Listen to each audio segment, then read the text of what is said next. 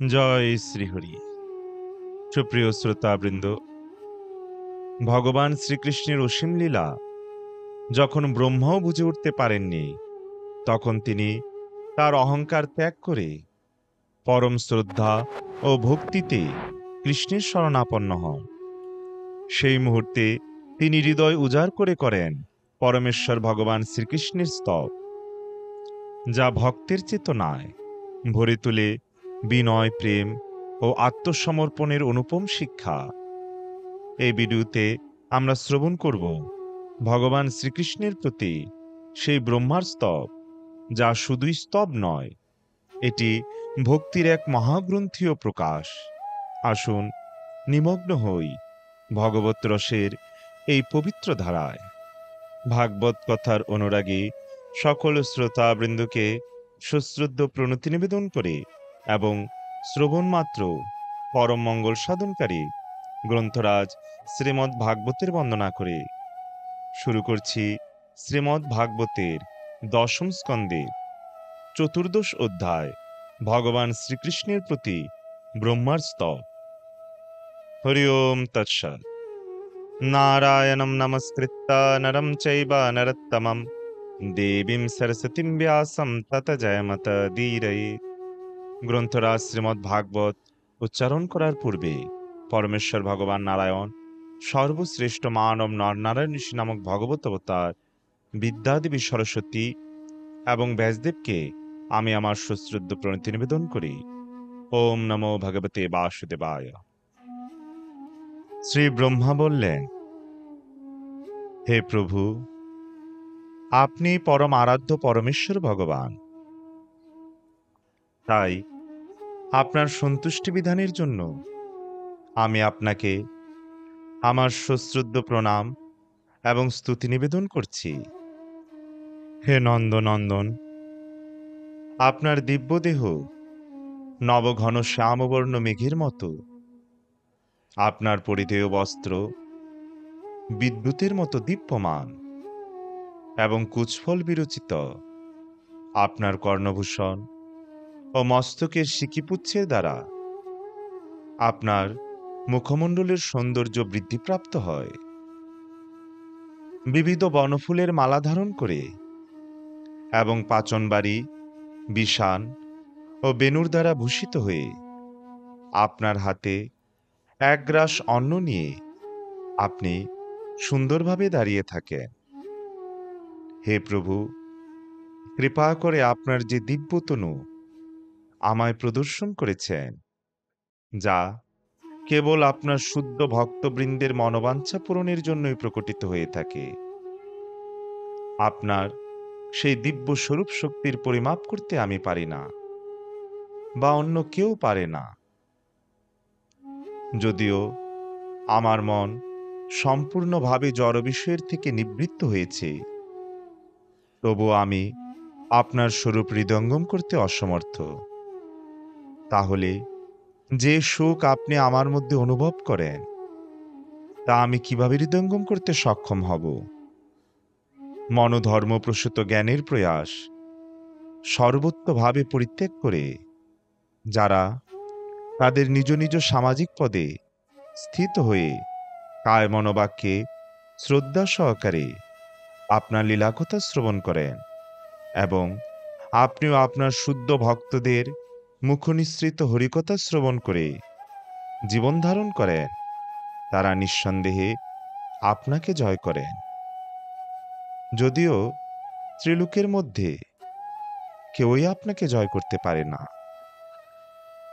হে ভগবান, আপনার প্রতি ভক্তি আত্ম উপলব্ধির শ্রেষ্ঠ পথ। যদি কেউ সেই পন্থা পরিত্যাগ করে মনোধর্মপ্রসূত জ্ঞানের অনুশীলনে যুক্ত হয়, সে কেবল ক্লেশকর পন্থাই স্বীকার করে এবং তার আকাঙ্ক্ষিত ফল লাভ করতে পারে না। শূন্যত সে প্রহার করে কেউ যেমন শস্য লাভ করতে পারে না, তেমনি জল্পনা কল্পনার মাধ্যমে আত্ম উপলব্ধি লাভ হয় না। সে একমাত্র ক্লেশই লাভ করে। হে সর্বশক্তিমান প্রভু, পুরাকালে ইহলোকে বহুযুগী পুরুষ তাদের সমস্ত প্রচেষ্টা আপনার প্রতি অর্পণ করে এবং বিশ্বস্তভাবে তাদের নিজ নিজ কর্ম পালন করে ভগবত ভক্তির স্তরপ্রাপ্ত হয়েছিলেন। হে অচ্যুত, এই প্রকার ভগবত ভক্তির মাধ্যমে আপনার সম্বন্ধে শ্রবণ ও কীর্তনের পদ্ধতির দ্বারা পূর্ণতা অর্জন করে তারা আপনাকে হৃদয়ঙ্গম করতে পেরেছিলেন এবং অনায়াসে আপনার শরণাগত হয়ে আপনার পরমধাম প্রাপ্ত হয়েছিলেন। কিন্তু অভক্তগণ আপনার পূর্ণ ব্যক্তিত্ব সম্পূর্ণ স্বরূপে আপনাকে হৃদয়ঙ্গম করতে পারে না। তা সত্ত্বেও হৃদয়ের অভ্যন্তরে পরমাত্মার প্রত্যক্ষ অনুভূতির অনুশীলনের দ্বারা নির্বিশেষ ব্রহ্মরূপে আপনার প্রকাশ তাদের পক্ষে উপলব্ধি করা সম্ভব হতে পারে। কিন্তু জড়জাগতিক বিভেদের সমস্ত রকম ধারণা এবং জড় ইন্দ্রিয় বিষয়ের সমস্ত আসক্তি থেকে তাদের মন ও ইন্দ্রিয়গুলিকে শুদ্ধিকরণের দ্বারাই কেবল সেটি সম্ভব। কেবলমাত্র এভাবেই আপনার নির্বিশেষ রূপ তাদের কাছে স্বয়ং প্রকাশিত হবে। কালক্রমে বিজ্ঞ দার্শনিক বা বৈজ্ঞানিকগণ হয়তো পৃথিবীর সমস্ত পরমাণু কণা, হিমকণা, এমনকি সূর্য ও অন্যান্য গ্রহ নক্ষত্রের প্রতিটি রশ্মিকণা গণনা করতে সমর্থ হবেন। কিন্তু জীবের মঙ্গলের জন্য যিনি জগতে অবতীর্ণ হন, সেই পরমেশ্বর ভগবান আপনার অনন্ত অপাকৃত গুণাবলী গণনা করা এই সব বিজ্ঞ লোকদের মধ্যে কার পক্ষে সম্ভব? যিনি আপনার অনুকম্পা লাভের আশায় তার পূর্বকৃত মন্দকর্মের ফল ধৈর্য সহকারে ভোগ করতে করতে তার হৃদয়, বাক্য ও শরীরের দ্বারা আপনাকে প্রণতি নিবেদন করে জীবনযাপন করে, তিনি অবশ্যই মুক্তি লাভের যোগ্য, কারণ তিনি উপযুক্ত উত্তরাধিকারী। হে প্রভু, আমার অসামাজিক দৃষ্টতা দেখুন, কারণ আমি মায়াবিগণেরও মোহজনক অনন্ত এবং আদিপুরুষ পরমাত্মারূপী আপনার প্রতি নিজ মায়া বিস্তার করে আপনার ক্ষমতা দর্শনে অভিলাষী হয়েছিলাম। অগ্নি থেকে উদ্ভূত স্ফুলিঙ্গ যেমন অগ্নির উপর প্রভাব বিস্তারে অক্ষম, আপনার থেকে উদ্ভূত আমিও তেমন আপনার উপর প্রভাব বিস্তারে কিছুমাত্র সমর্থ নই। অতএব হে অচ্যুত, দয়া করে আমার অপরাধ মার্জনা করুন। আমি রজগুণে জন্মগ্রহণ করেছি, তাই স্বভাবতই আমি অজ্ঞ, কারণ আমি নিজেকে আপনার কাছে একজন সত্যন্ত নিয়ন্তা বলে অভিমান করেছি। আমার চক্ষু অজ্ঞানের অন্ধকারে আচ্ছাদিত, যা আমাকে জগতের অজাত স্রষ্টা বলে মনে করায়। কিন্তু দয়া করে বিবেচনা করুন যে আমি আপনার ভৃত্য এবং তাই আপনার অনুকম্পার পাত্র। প্রকৃতি, মহত্তত্ত্ব, অহংকার, আকাশ, বায়ু, অগ্নি, জল ও ভূমি দ্বারা পরিবেষ্টিত ব্রহ্মাণ্ড রূপ ঘটের মধ্যবর্তী আমার নিজ হাতের ৭ বিগত পরিমিত শরীরধারী আমি বা কোথায়? আর যার রোমকূপরূ গবাক্ষ পথে এমন অগণিত ব্রহ্মাণ্ড পরমাণুর ন্যায় বিচরণশীল, সে আপনার মহিমাই বা কোথায়? হে অদুঃখজ ভগবান, গর্ভস্থিত সন্তান যখন তার পা দুটি ঊর্ধ্বে নিক্ষেপ করে, জননী তা অপরাধ রূপে গণ্য করেন কি? আর এমন কিছুর অস্তিত্ব আছে কি যা বিভিন্ন দার্শনিকদের দ্বারা সত্য বা মিথ্যারূপে ভূষিত হলেও যা প্রকৃতপক্ষে আপনার উদরের বাইরে রয়েছে? হে ভগবান, কথিত আছে যে প্রলয়কালে যখন ত্রিলোক জলে নিমগ্ন হয়েছিল, তখন আপনার অংশ নারায়ণ সেই জলে শয়ন করেন।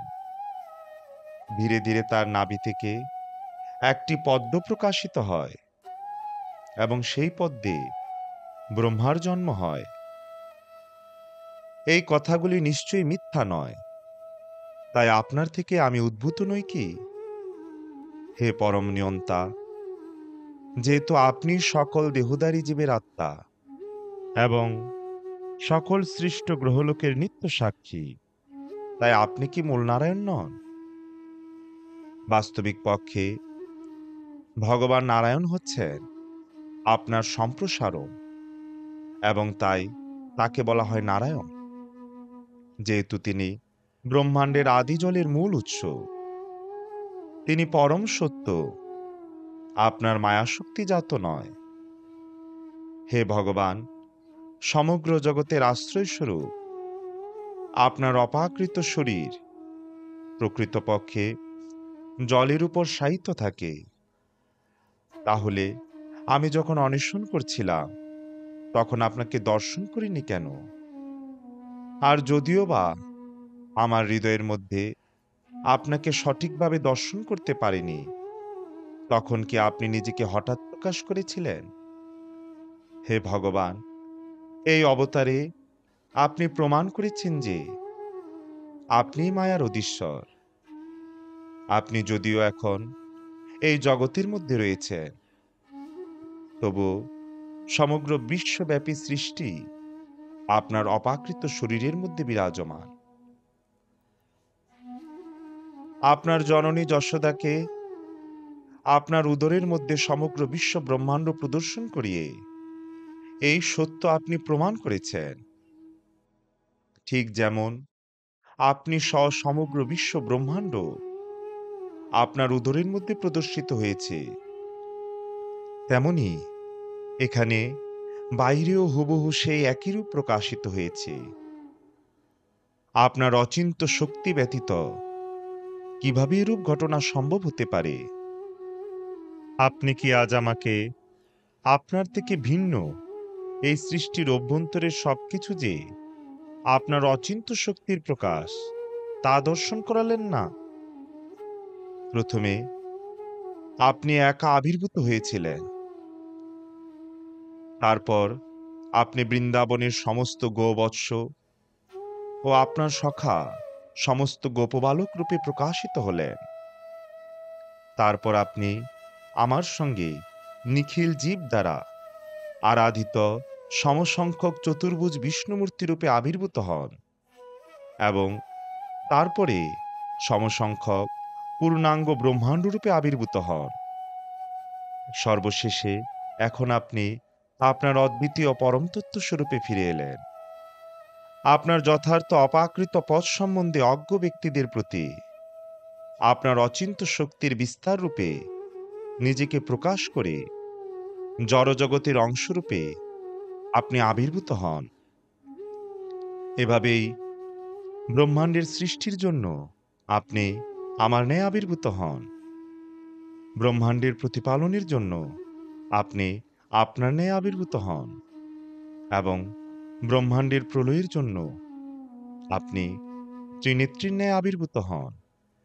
হে ভগবান, হে পরম স্রষ্টা ও প্রভু, আপনার পার্থিব জন্ম নেই, তবু অবিশ্বাসী অসুরগণের মিথ্যা গর্ব বিফল করতে এবং আপনার সাধু ভক্তগণের প্রতি কৃপা প্রদর্শন করতে আপনি দেবতা, ঋষি, নর, পশু, এমনকি জলচরের মধ্যেও জন্মগ্রহণ করেন।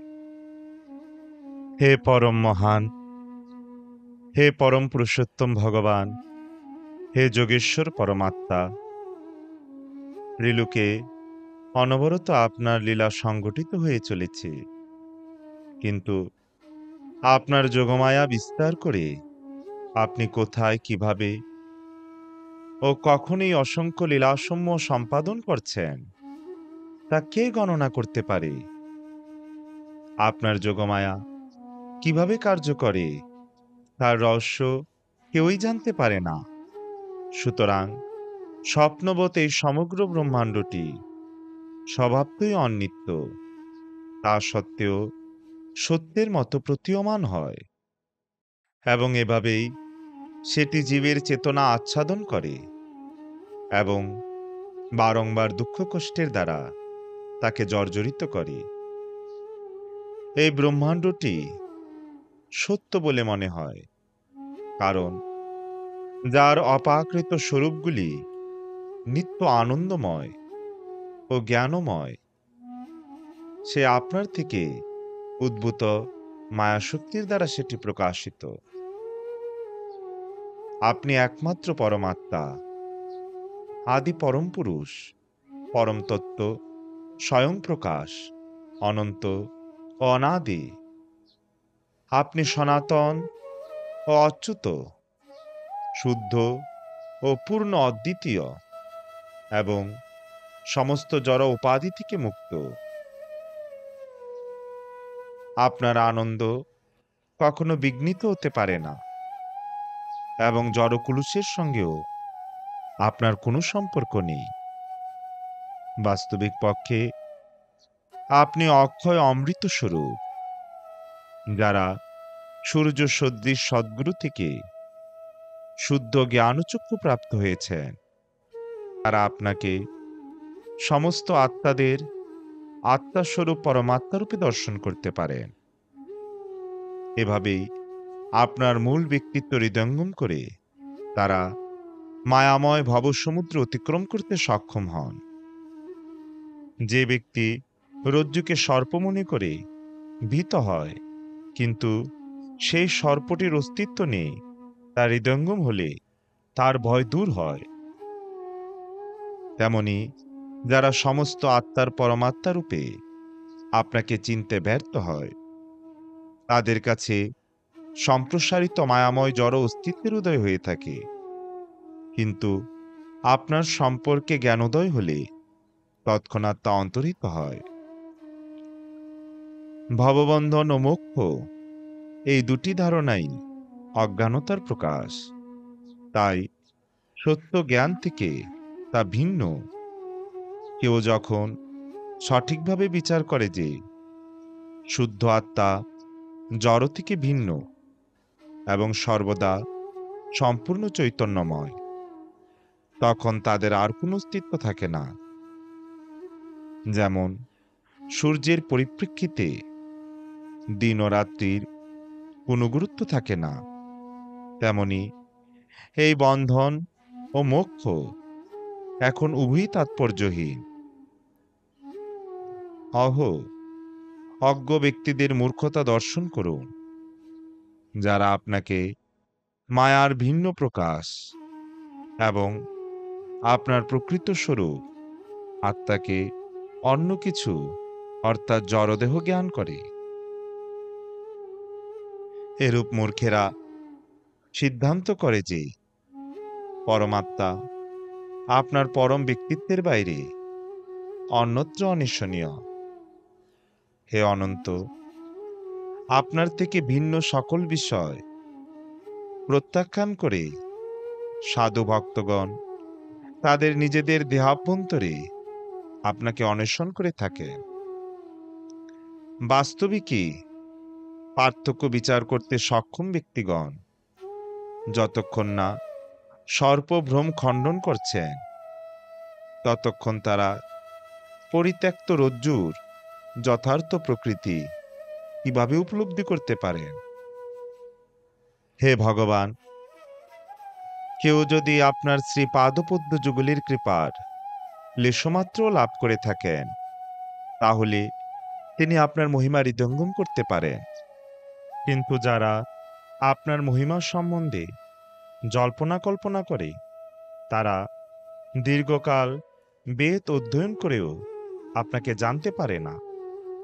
হে নাথ, অতএব আমার এই প্রার্থনা যে এই ব্রহ্মা জন্মেই হোক অথবা অন্য কোনো জন্মেই হোক, যেখানেই আমি জন্মগ্রহণ করি, আমি যেন আপনার ভক্তবৃন্দের একজন হতে পারি। আমি প্রার্থনা করি যেখানেই হোক, এমনকি পশুজনির মধ্যে হলেও, আমি যেন আপনার শ্রী পাদপদ্মের সেবায় যুক্ত হওয়ার সৌভাগ্য লাভ করতে পারি। হে সর্বশক্তিমান প্রভু, বৃন্দাবনের গাভী ও গোপীগণ কত মহা সৌভাগ্যবতী যে আপনি গোবৎস ও গোপবালক স্বরূপে আনন্দে তাদের স্তনদুগ্ধ পান করেছেন। অনাদিকাল থেকে আজ পর্যন্ত যত বৈদিক যজ্ঞাদি অনুষ্ঠিত হয়েছে, তাও আপনাকে এত তৃপ্তি দান করতে সমর্থ হয়নি। অহো নন্দ মহারাজ, গোপবৃন্দ ও ব্রজবাসীরা কি মহাভাগ্যবান! তাদের সৌভাগ্যের সীমা নেই, যেহেতু পরমানন্দ স্বরূপ সনাতন পূর্ণ ব্রহ্ম তাদের সখা হয়েছেন। হে অচ্যুত, যদিও এই ব্রজবাসীদের সৌভাগ্যের সীমা অচিন্তনীয়, শিবসহ আমরা একাদশ ইন্দ্রিয়ের অধিষ্ঠাত্রী দেবতাগণ মহাভাগ্যবান। কারণ বৃন্দাবনের এই ভক্তগণের ইন্দ্রিয় রূপ পত্র দ্বারা আমরা নিরন্তর আপনার পাদপদ্মের মধুস্বরূপ অমৃত সুধা পান করছি। যে কোনো গোকুলবাসীর পাদপদ্ম ধূলি দ্বারা অভিষিক্ত হয়ে গোকুলবনে যে কোনো জন্মলাভ আমার মহাসৌভাগ্য স্বরূপ হবে। বৈদিক মন্ত্রাবলী যার পাদপদ্মের ধূলি এখনো অন্বেষণ করছে, সেই পরম পুরুষোত্তম ভগবান মুকুন্দ তাদের জীবন সর্বস্ব। হে পরমেশ্বর ভগবান, স্বয়ং আপনি ছাড়া আর কি পারিতোষিক অন্যত্র খুঁজে পাওয়া যায়, তা বিচার করে আমার চিত্ত মোহগ্রস্ত হচ্ছে। আপনি সমস্ত আশীর্বাদের মূর্ত প্রকাশ, যা আপনি বৃন্দাবনের গোপ সম্প্রদায়ের অধিবাসীদের প্রদান করেন। ভক্তরূপে ছদ্মবেশের দ্বারা পুতনার নিজেকে গোপন করার বিনিময়ে আপনি ইতিমধ্যেই নিজেকে পুতনা ও তার পরিবারের সদস্যদের পারিতোষিক রূপে প্রদান করার বন্দোবস্ত করেছেন। কিন্তু যাদের গৃহ, ধন, সুহৃদ, প্রিয়জন, দেহ, পুত্র, প্রাণ ও মন সমস্ত কিছুই কেবলমাত্র আপনাদের সমর্পিত, বৃন্দাবনের সে সমস্ত ভক্তদের প্রদানের জন্য আপনি কি রেখেছেন? হে ভগবান শ্রীকৃষ্ণ, যতক্ষণ মানুষ আপনার ভক্ত না হয়, ততক্ষণ তাদের জড় আসক্তি ও বাসনা হয়ে থাকে তস্কর স্বরূপ, তাদের গৃহাদি কারাগার স্বরূপ এবং তাদের পারিবারিক আসক্তিজনিত মোহ পায়ের শৃঙ্খল স্বরূপ হয়ে থাকে। হে প্রভু, যদিও জড় অস্তিত্বের সঙ্গে আপনার কোনোই সম্পর্ক নেই, তবু আপনার শরণাগত ভক্তগণের জন্য বহুবিধ আনন্দরাশি বিস্তার করার উদ্দেশ্যে আপনি এই পৃথিবীতে এসে জড়জাগতিক জীবনের অনুকরণ করেন। যারা বলে আমি কৃষ্ণ সম্বন্ধে সবকিছু জানি, তারা সেভাবেই চিন্তা করুক, এই বিষয়ে আমি বেশি কিছু বলতে ইচ্ছা করি না। হে প্রভু, এইমাত্র বলি যে আপনার ঐশ্বর্য সমূহ আমার মন, দেহ ও বাক্যের অগোচর। হে কৃষ্ণ, আমি এখন স্থান ত্যাগ করার জন্য বিনীতভাবে অনুমতি প্রার্থনা করছি। প্রকৃতপক্ষে আপনি সর্বজ্ঞ, সর্বদর্শী। অবশ্যই আপনি সমস্ত বিশ্ব ব্রহ্মাণ্ডের অধীশ্বর। তবু এই একটি ব্রহ্মাণ্ড আমি আপনাকে অর্পণ করলাম। হে শ্রীকৃষ্ণ, আপনি পদ্ম সদৃশ বিষ্ণু বংশের আনন্দ প্রদান করেন এবং ভূমি, দেবতা, ব্রাহ্মণ ও গাভীগণ দ্বারা গঠিত মহাসমুদ্রকে বিস্তার করেন। আপনি অধর্মের ঘাড় ও অন্ধকার নাশ করেন এবং পৃথিবীতে আবির্ভূত অসুরদের বিরোধিতা করেন। হে পরমেশ্বর ভগবান, যতকাল পর্যন্ত এই বিশ্ব ব্রহ্মাণ্ডের অস্তিত্ব থাকবে এবং যতকাল পর্যন্ত সূর্য কিরণদান করবে, ততকাল পর্যন্ত আপনার প্রতি আমি প্রণাম নিবেদন করব। শ্রীল সুখদেব গোস্বামী বললেন, এভাবেই তার স্তুতি নিবেদন করে ব্রহ্মা তার পরম আরাধ্য অনন্ত পরমেশ্বর ভগবানকে ৩ বার প্রদক্ষিণ করলেন এবং নতজানু হয়ে তার পাদপদ্মে প্রণাম নিবেদন করলেন। ব্রহ্মাণ্ডের পদে নিয়োজিত সৃষ্টিকর্তা তারপর তার নিজ ধামে ফিরে গেলেন। পরমেশ্বর ভগবান তার পুত্র ব্রহ্মাকে ফিরে যাওয়ার অনুমতি প্রদানের পর ১ বছর পূর্বে গোবৎসরা যেখানে ছিল সেখান থেকে তাদের নদী তটে, যেখানে তিনি ভোজন করছিলেন এবং পূর্বের মতো তার গোপোষকারা অবস্থান করছিলেন, সেখানে নিয়ে এলেন। হে রাজন, যদিও বালকেরা তাদের প্রাণেশ্বর বিহনী পুরো ১ বছর অতিক্রান্ত করে শ্রীকৃষ্ণের মায়াশক্তিতে আচ্ছাদিত ছিলেন, তবু তারা সেই ১ বৎসরকে কেবল অর্ধক্ষণ বলে মনে করেছিলেন। ভগবানের মায়াশক্তির দ্বারা যাদের মন মোহাচ্ছন্ন, বস্তুত তারা কি না বিস্তৃত হতে পারে। সেই মায়াশক্তির দ্বারা সমগ্র জগৎ অবিরত মোহাচ্ছন্ন হয়ে থাকে এবং এই বিস্তৃতির পরিবেশে কেউই তার আত্মস্বরূপ হৃদয়ঙ্গম করতে পারে না। গোপসখারা শ্রীকৃষ্ণকে বললেন, তুমি এত তাড়াতাড়ি ফিরে এসেছ? তোমার অনুপস্থিতিতে আমরা এমনকি এক গ্রাসও ভোজন করিনি। অনুগ্রহ করে এখানে এসো এবং নিশ্চিন্তে ভোজন করো। অতঃপর ভগবান ঋষিকেশ হাস্য সহকারে তার গোপসখাদের সঙ্গে ভোজন সমাপন করলেন। তারা যখন বন থেকে তাদের আলয় ব্রজে প্রত্যাগমন করছিলেন, তখন শ্রীকৃষ্ণ গোপ বালকদের মৃত সর্প অগাসুরের চামড়াটি দেখালেন। শ্রীকৃষ্ণের অপাকৃত দেহ ময়ূরপুচ্ছ ও পুষ্পের দ্বারা সুশোভিত ছিল এবং বনজ ধাতুর দ্বারা রঞ্জিত ছিল, আর তার বাঁশের বংশী উচ্চস্বরে ও উৎসব মুখরিত হয়ে ধ্বনি করছিল।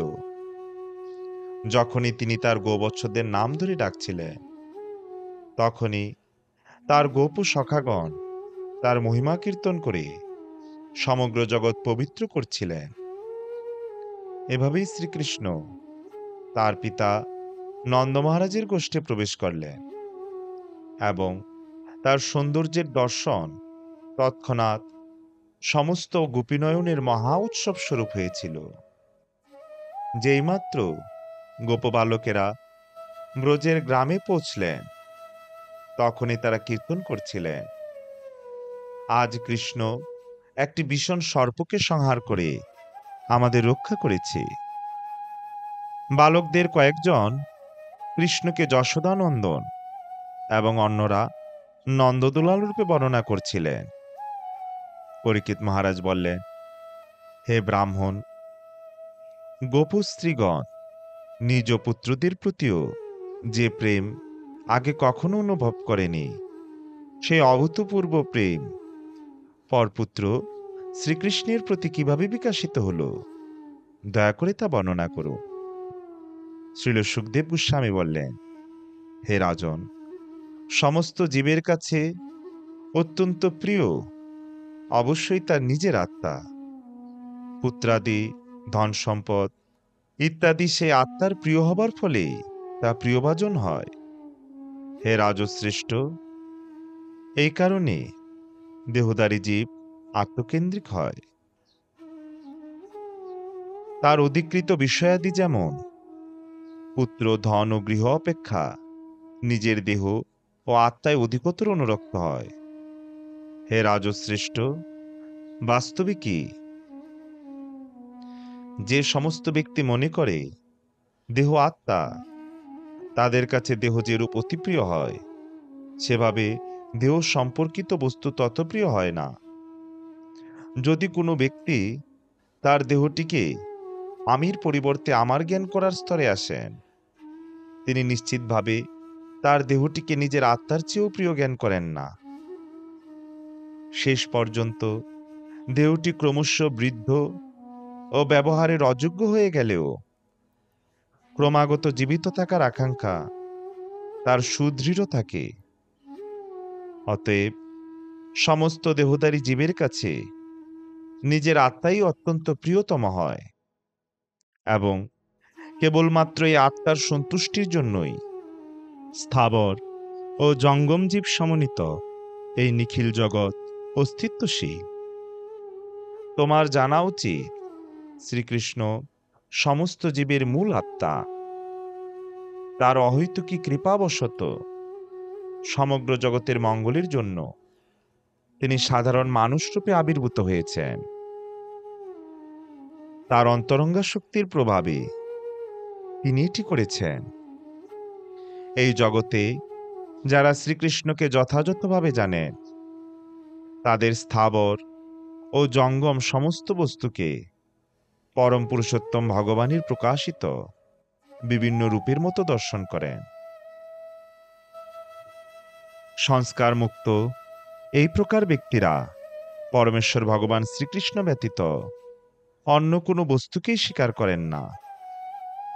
যারা প্রকৃতির আদি অব্যক্তরূপী সমস্ত জড়বস্তুর উৎস এবং পরম পুরুষোত্তম ভগবান শ্রীকৃষ্ণ সেই সূক্ষ্ম জড়া প্রকৃতির উৎস, তাহলে তার থেকে ভিন্ন কি নিরূপিত হতে পারে, যিনি জড়জগতের আশ্রয়স্বরূপ এবং মূর দানবের শত্রু মুরারিরূপে খ্যাত। সেই ভগবানের পাদপদ্মরূপ নৌকায় যারা আশ্রয় গ্রহণ করেছেন তাদের কাছে এই ভবসমুদ্র গোষ্পদ্ম তুল্য। পরমপদ বৈকুণ্ঠ লাভই তাদের লক্ষ্য। পদে পদে বিপদ সংকুল এই জড়জগৎ তাদের জন্য নয়। যেহেতু আপনি আমার কাছে যা জানতে চেয়েছিলেন, তাই আমি শ্রীহরির পঞ্চম বর্ষীকৃত সকল কার্যকলাপ যা পৌগুণ্ডে কীর্তিত হয়েছিল তা সম্পূর্ণরূপে আপনার নিকট বর্ণনা করলাম। অগাসুরবৎ বনের তৃণের উপর ভোজন, ভগবানের চিন্ময় রূপের প্রকাশ এবং ব্রহ্মার দ্বারা নিবেদিত অপূর্ব স্তব, গোপসখাদের সঙ্গে অনুষ্ঠিত ভগবান মুরারির এই সমস্ত লীলা যে ব্যক্তি শ্রবণ ও কীর্তন করেন তিনি সমস্ত বাঞ্ছিত বস্তু লাভ করেন। এভাবেই বালকেরা লুকোচুরি খেলা, খেলার সেতু নির্মাণ, বানরের মতো লম্ফ প্রদান ইত্যাদি ক্রীড়ার মাধ্যমে বৃন্দাবন ভূমিতে তাদের কৌমারকাল অতিবাহিত করেছিলেন। ওম তৎসৎ ইতি শ্রীমন মহর্ষি ব্যাসদেব প্রণীত পারমহংসী সংহিতা শ্রীমদ্ ভাগবত মহাপুরাণের দশম স্কন্ধের চতুর্দশ অধ্যায় সমাপ্ত। পরবর্তীতে আমরা শ্রবণ করব দশম স্কন্ধের পঞ্চদশ অধ্যায় ধেনুকাসুর উদ্ধার। তাই সবাইকে পরবর্তী ভিডিও দেখার আমন্ত্রণ রইল। ভিডিওটি ভালো লাগলে লাইক করুন, কমেন্ট করুন এবং অমৃত কাদম্বিনী চ্যানেলটি সাবস্ক্রাইব না করলে এখনই সাবস্ক্রাইব করুন আর নিত্য ভাগবত কথা শ্রবণ করুন। হরি ওম তৎসৎ। জয় জয় গ্রন্থরাজ শ্রী শ্রীমদ্ ভাগবত মহাপুরাণের জয়। ভাগবত কথা শ্রবণকারী সকল ভক্তবৃন্দের জয়। জয় শ্রীকৃষ্ণ চৈতন্য প্রভু নিত্যানন্দ শ্রী অদ্বৈত গদাধর শিবাসাদি শ্রী গৌর ভক্তবৃন্দ। হরে কৃষ্ণ কৃষ্ণ কৃষ্ণ হরে হরে, হরে রাম রাম রাম হরে হরে। জয় শ্রী হরি।